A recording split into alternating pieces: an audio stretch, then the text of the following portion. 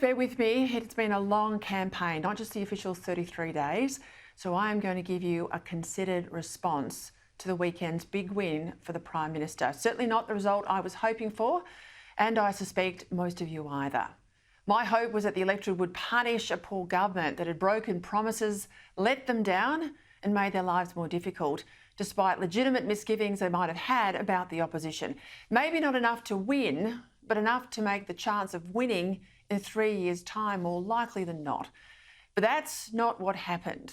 Electorally, there's been a wipeout. More so for the Liberals, though, than the Nationals, and I'll get to that in a moment. And Labor under Albanese has broken records, with Albanese now the only third Labor leader in its 120-year history to win 2 terms of government, after Gough Whitlam and Bob Hawke.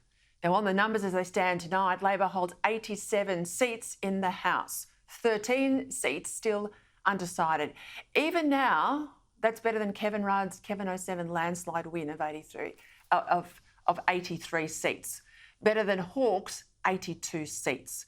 But it's still a long way short of Howard's 94-seat win in 1996 or Abbott's landslide of 90 seats in 2013. The commentators are pointing out that what's remarkable here about this win is that it is a second-term win, and a win of such magnitude. And they're right. That's why they say, on the numbers as they stand, the coalition looks like it's out for 2 terms. But let's add some perspective here.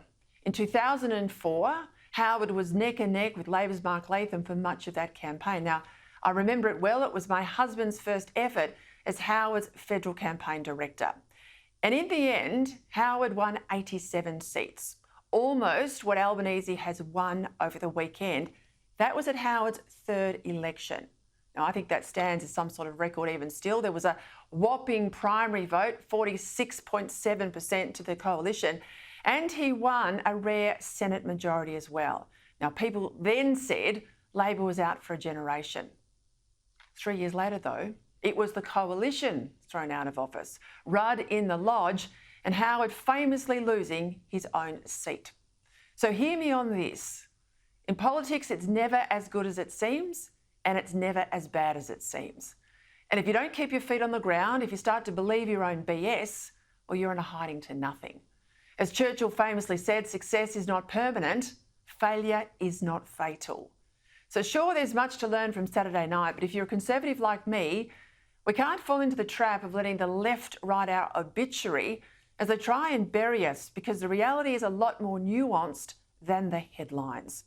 So let's have some perspective on what's happened here, and let's now pull apart what went wrong and where to now for the opposition. First up, as I said, Albanese's win is historic and it's emphatic. He deserves congratulations, as I said on air on Saturday night, because if you underestimate your opponent or deny the legitimacy of a big win, then you consign yourself to opposition for a very long time, as we can see from state Liberals who do this on a regular basis across the country. But, and this is a big but, there are some important points that need to be understood because the seat count is deceptive.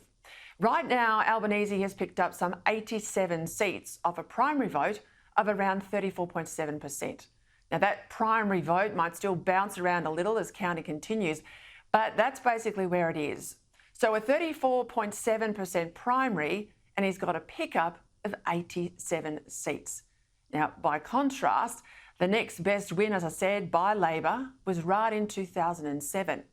And there, Kevin 07 picked up 83 seats on a primary of 43.4%. 43.4%. Now, that's massive. And it's a difference of about 10 percentage points on primary for about the same number of seats between Rudd and Albanese. Indeed, if I take a look at 2016, Bill Shorten there lost out to Malcolm Turnbull, but he had a primary vote then of 34.73%, and he lost. And yet tonight, as they're hailing Albanese as a Labor legend, his primary sits on 34.79. Now, that's a difference of 0.06% between Shorten's loss and Albanese's triumph. 0.06%. And yet Shorten then claimed 69 seats Tonight, Albanese's got 87, maybe more. So how does that happen? Well, key here is obviously the flow of preferences and the fact that there are way more players on the left of politics now, some being declared on the left like the Greens, some who pretend they're not on the left but are like the Teals, who funnel preferences in a very disciplined way to Labor. Now, this is very much what happened in the recent UK election, where Keir Starmer's Labor Party painted the map in red but off a very low vote share of the national vote. And this is what happened here in Australia on the weekend. Indeed, look at this. Look at the national vote here in sheer numerical terms. You've got 4.62 million Australians who voted Labor and 4.23 million who voted for the coalition. Now, that's a difference of just some 390,000 votes. But thanks to where they all fell and the preference flows, tonight Labor out of that haul has got 87 seats and the coalition hasn't even bagged 40. See what I mean here about perspective. Turnout too, well, that's worth mentioning. In 2022, Australia had the lowest voter turnout since the First World War of 89.82% of the electorate. Right now, according to the AEC's website, that turnout's tracking at 77%. So to put that too into perspective, that's a massive drop that says voter engagement in our elections is falling fast. So this is why you need perspective in analysing election results. You've got to know how to read the numbers because in the end, for all the spin, the numbers are key. Which brings me to the other things that need to be mentioned tonight about Labor's win. Yes, the Labor lies were a big part of it. And the handouts, the hundreds of billions of dollars spent buying the support of voters. The lie and the buy, I call it. But it would be a big mistake to make that everything. Now, it was something, but it was not everything. That's because of loss of this magnitude can't be put down to just one reason. You don't lose like this without it being a failure across multiple fronts. Now, that's not to say that the reasons won't be weighted differently, because they will be. Some things will have made more of an impact than others. But in the end, there's rarely a silver bullet for a win, and similarly, rarely one for a loss. What we do know is that Peter Dutton was unpopular, deeply unpopular. Now, that's been known for some time, years in fact, so it's on the Liberal Party's head that they didn't do more to tackle this. It's not like they haven't had unpopular leaders in the past. Howard and Abbott, two key examples, but both of them won landslide elections, more seats to both than Labor has ever won in any election in history. So you can reframe perceptions, you can disrupt and then remake the narrative. You can do it. And yet they didn't do this for Dutton. When they tried, it was too late. And they squandered his remaining core equities of strength and predictability with policy backflips and a whole lot of fence sitting on issues where a clear line should have come quickly and simply. But as unpopular as Dutton might have been, let's not now gloss over the fact that he had Labor on the ropes just a couple of months ago if you look at this polling trend graph. Now, don't fall for the line that this was all Dutton's fault because he had Labor beaten only a couple of months ago. But then came the official campaign and that's where those lines swap over dramatically and pull apart in Labor's favour. Now, there's no easy way to say this. The Liberals ran a bad campaign. It was a shocker. And I say here the Liberals very deliberately because they want to largely exclude the Nationals for reasons I'll explain a little later. Now, it hurts to say this because a lot of the people I know in the campaign team, in the Liberal Party and with the leader, I've worked with closely in elections where we have won. Now, almost across the board, the Liberal Party campaign was found wanting. Poor ads ran way too late. No real negative campaign to speak of, a failure to tackle the character hits against the leader, completely flat-footed on Labor's lies around things such as Medicare. Now, they knew that would come at them. Previous experience told them Mediscare would come at them. Criticisms too about the use of the polling company Freshwater and their lack of nous. I had lines that the pollsters were briefing out regurgitated back to me recently by someone who appears on this network. I said they were completely fanciful, the Freshwater lines. They didn't make numerical sense if you know how to read polling. Well, that's been proven right. Now, fortunately, you can replace a pollster, but only after the damage has been done. Another area of real damage was policy, or the lack of it. Now, this was a Liberal Party campaign full of the sugar hit of announcements, but without the substantive policies that underpin them. I mean, where were the documents? Where were the proper costings? Where were things properly socialised months and months earlier so that people had a chance to digest them, understand them, know how the policies would help them? And sure, the campaign team, the staff, as I mentioned before, well, they wear blame here, sure, but ultimately, policy comes down to the work of the shadow ministry. And if they don't do the work, if the MPs don't do the work, then you end up with the result we got on Saturday night. Getting policy out early and having it founded on your party's values, deeply written in your DNA, well, that is critical to winning voters over, because you then build on your core equities with voters. For the Coalition, obviously, that's economic management, it's national security. It's also how you deny your opponents the ability to turn your policy announcements into a scare campaign. Because believe me, if you announce things late and half-baked and on the run, that scare campaign, it almost writes itself.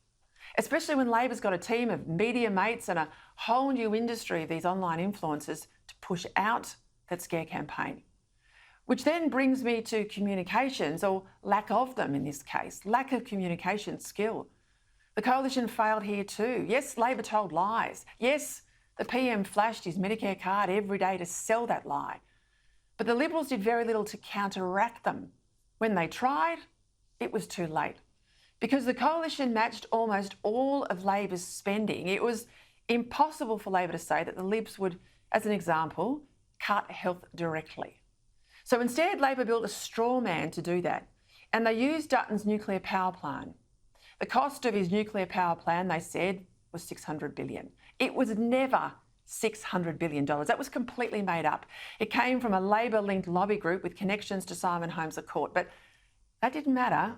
Labor used the $600 billion figure to make a connection in voters' minds that if Dutton's nuclear plant cost that much, then the money had to come from somewhere. Hence that deadly line, he cuts, you pay. And yet until I raised that figure here about 3 and a bit weeks ago and wrote about it in The Australian, this whole $600 billion lie was never challenged by the Liberals. Now that's just one example. There are many. It's not unlike my fight over the secret agenda of the Uluru Statement that was The Voice. I mean, it was a hardcore 26-page document of demands. It wasn't a small one-page invitation that the PM tried to claim. Now that too was nowhere until I exposed it, you ran with it, you voted against it, and we turned the Voice campaign around. In the end, it comes down to this, and you've heard me say it time and time again. You will lose 100% of the fights you are not in. You will lose 100% of the fights you are not in. This is exactly what happened on Saturday night. The Liberals were not in the fight in any sense. Not in the policy work, not in the negative campaigning, the rapid rebuttal of Labor lies, not in the picture value day to day, not in message simplicity, not in the way they put their key players like Jacinta Price and Andrew Hastie in the freezer. Now why? We'll never know. To beat a first-term government, you have to go hard, you have to go early, and you must keep the contest simple. When Abbott almost toppled Gillard in 2010 after just 8 months in the job, he didn't have 3 years that the Coalition had. He did it by creating a contest with Labor. He did not let Labor frame the contest, he framed it. And as he fought every day, he fought as if his political life depended on it because he knew it did. He knew that if he didn't take Labor down, Turnbull was ready to come back at him. And even when Abbott eventually won government in a landslide, Turnbull undermined him anyway. And that's something that dozens of people have said to me over the weekend, that the start of the Liberal Party slide into trouble started when we junked what we stood for and broke the hearts of so many of our base, moving from Abbott to Turnbull. So where to now? The Liberals must have a review, and it must do more than gather dust on the shelf like the last one. They must regroup and start doing the work from day one, not think that Labor will merely ebb its way out of office. They must work out who they are, what they stand for, and who they represent. Now, the case in point here is the National Party. They have weathered almost all of the hits in recent years where the Liberals have not. Voters know and understand what the National Party stands for. Yes, their demographics have stayed more stable than the Libs, but when you buy their box off the shelf, you take it home and you open it, you get what you bought. Not so the Liberals, who've been all over the shop since the carpetbagger Turnbull upended the party, broke the heart of the base, and then was punted for his failures. To my mind, the best summation of what the Liberal Party stands for is still that of Menzies and his plea that the Liberal Party must represent the forgotten middle class of Australia, not those in the boardrooms, not those with plenty of money in their pockets, but those in the everyday suburbs, running a small business or working hard to raise their families, that want government to be big enough to do all the things they can't do for themselves, but as small as possible, that believe in the individual over the state, that want to be able to keep as much as they can of what they earn, and are distrustful of government trying to tell them how to live their lives or curtail their freedom. Now, the job of an opposition is not to be a weak echo of a bad government, as Tony Abbott used to say. It's to be strong and decisive and a clear alternative.